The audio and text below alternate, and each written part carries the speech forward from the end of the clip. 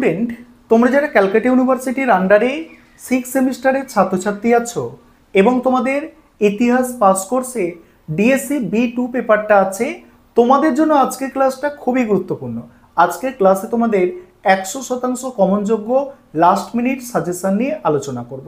তোমাদের গুরুত্বপূর্ণ most important 4টে প্রশ্ন বলে দেব, যেখান থেকে তোমরা অতি অবশ্যই দুটো প্রশ্ন কমন পাবে, তাও আবার 20 নম্বরের প্রশ্ন। মোস্ট ইম্পর্টেন্ট 20 নম্বরের 4টি প্রশ্ন বলে দেব, যেখান থেকে তোমাদের দুটো প্রশ্ন কমন এসে যাবে। অর্থাৎ এই দুটো প্রশ্ন তোমাদের কমন পেলেই 40 নম্বর তোমাদের কিন্তু এখানে হয়ে যাচ্ছে।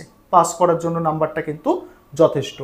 তার আগে তোমাদের এই পেপারের কোয়েশ্চেন প্যাটার্নটা একটু বলে দিই। তোমরা অনেকেই কোয়েশ্চেন প্যাটার্নটা নিয়ে মানে একটু সন্দেহের মধ্যে আছো যে আমাদের কি ছোট প্রশ্ন থাকবে না। তোমাদের ডিএসসি B2 পেপার 6 সেমিস্টারে কোনো ছোট প্রশ্ন নেই। তোমাদের কোয়েশ্চেন প্যাটার্ন এই জায়গাটায় লেখা আছে, এটা হচ্ছে তোমাদের কোয়েশ্চেন প্যাটার্ন। 20 মার্কস অর্থাৎ 20 নম্বরের প্রশ্ন থাকছে দুটি, 10 নম্বরের প্রশ্ন একটি এবং 5 নম্বরের প্রশ্ন 3টি। এই হচ্ছে তোমাদের টোটাল কোয়েশ্চেন প্যাটার্ন। এবার 20 নম্বরের মোস্ট ইম্পর্টেন্ট 4টি প্রশ্ন তোমরা শুনে নাও। এই 4টের মধ্যে থেকেই তোমরা দুটো প্রশ্ন কমন পাবে। প্রথম প্রশ্ন হচ্ছে, কেন ইটালিতে সাধারণভাবে এবং ফ্লোরেন্সে বিশেষভাবে নবজাগরণ শুরু হয়েছিল? মোস্ট ইম্পর্টেন্ট একটা প্রশ্ন তোমাদের বলে দিলাম। দ্বিতীয় প্রশ্ন, জার্মানির ধর্ম সংস্কার আন্দোলনের কেন্দ্রীয় ব্যক্তিরূপে মার্টিন লুথারের সাফল্য নির্ধারণ করো। জার্মানির ধর্ম সংস্কার আন্দোলনের কেন্দ্রীয় ব্যক্তিরূপে মার্টিন লুথারের সাফল্য নির্ধারণ করো বা মার্টিন লুথারের সাফল্য আলোচনা করো। পরের প্রশ্ন, পশ্চিম ইউরোপে সামন্ততন্ত্রের পতনের জন্য অভ্যন্তরীণ স্ববিরোধ কতটা দায়ী ছিল? আর 4 নম্বর প্রশ্ন আছে, ষোড়শ শতকে বাজারমুখী উৎপাদন কিভাবে ইউরোপের কৃষি ব্যবস্থার রূপান্তর ঘটিয়েছিল? এই 4টে প্রশ্ন মোস্ট ইম্পর্টেন্ট। ভালো করে তৈরি করো, এখান থেকে তোমরা দুটো প্রশ্ন কমন পাবে। এবারে তোমাদের আমি বাকি সাজেশনটা স্ক্রিন রেকর্ডের মাধ্যমে দেখাচ্ছি, দেখে নাও, যেখানে তোমাদের 10 নম্বরের প্রশ্ন, 5 নম্বরের প্রশ্ন আছে।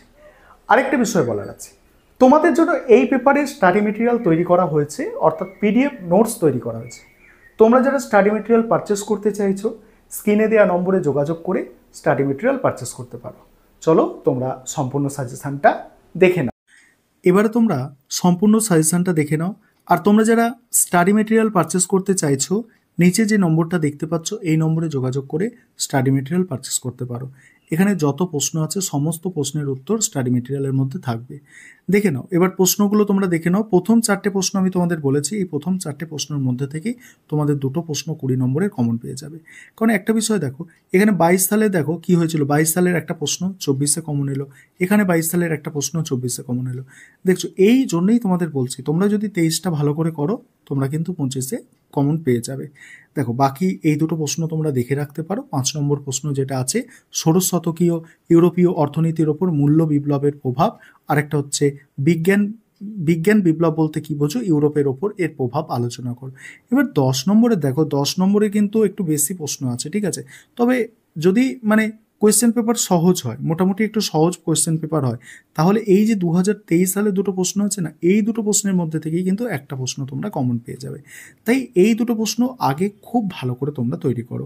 কি আছে, ধ্রুপদী সাহিত্য পুনরাবিষ্কার কিভাবে ইউরোপীয় রেনেসাঁসকে প্রভাবিত করেছিল, আরেকটা হচ্ছে ধর্ম সংস্কারের ইতিহাসে জন ক্যালভিনের ভূমিকা মূল্যায়ন করো।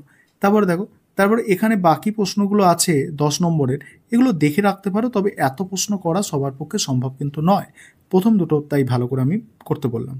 এবারে 5 নম্বরের প্রশ্ন, ম্যানর ব্যবস্থা বলতে কি বোঝো, পৌর মানবতাবাদ কি, ধর্ম সংস্কার আন্দোলন কেন প্রথম জার্মানিতে হয়েছিল, অ্যানাব্যাপটিস্ট কারা ছিল, নিকোলো ম্যাকিয়াভেলি সম্পর্কে একটি সংক্ষিপ্ত টিকা, তারপর হচ্ছে সপ্তদশ শতকে ইউরোপে একটি গুরুত্বপূর্ণ অর্থনৈতিক কেন্দ্র হিসাবে আমস্টারডামের উত্থানের কারণ। এখানে 6টা প্রশ্ন আছে না, এই 6টা প্রশ্নের মধ্যে থেকে মিনিমাম তোমরা দুটো প্রশ্ন কমন পাবে। কি বললাম, এই যে 6টা প্রশ্ন তোমাদের আছে না, এখান থেকে মিনিমাম 2টো প্রশ্ন তোমরা কমন পাবে। লিখতে কটা হয় তোমাদের বলেছি, 3টে প্রশ্ন 5 নম্বরে লিখতে হয়। প্রথম 6টা প্রশ্ন যদি করে যাও তাহলে মিনিমাম তোমরা 2টো প্রশ্ন কমন পাবে, 3টেও কমন পেয়ে যেতে পারো, তবে মিনিমাম 2টো কমন পাবেই। কারণ দেখো এখানে 22-এর প্রশ্ন 24-এ কমন এলো, 22-এর প্রশ্ন 24-এ কমন এলো, ঠিক আছে। এবার বাকি প্রশ্নগুলো তোমরা দেখে নাও, আর তোমরা যারা স্টাডি মেটেরিয়াল পারচেস করতে চাইছো অবশ্যই তোমরা যোগাযোগ করে নিতে পারো।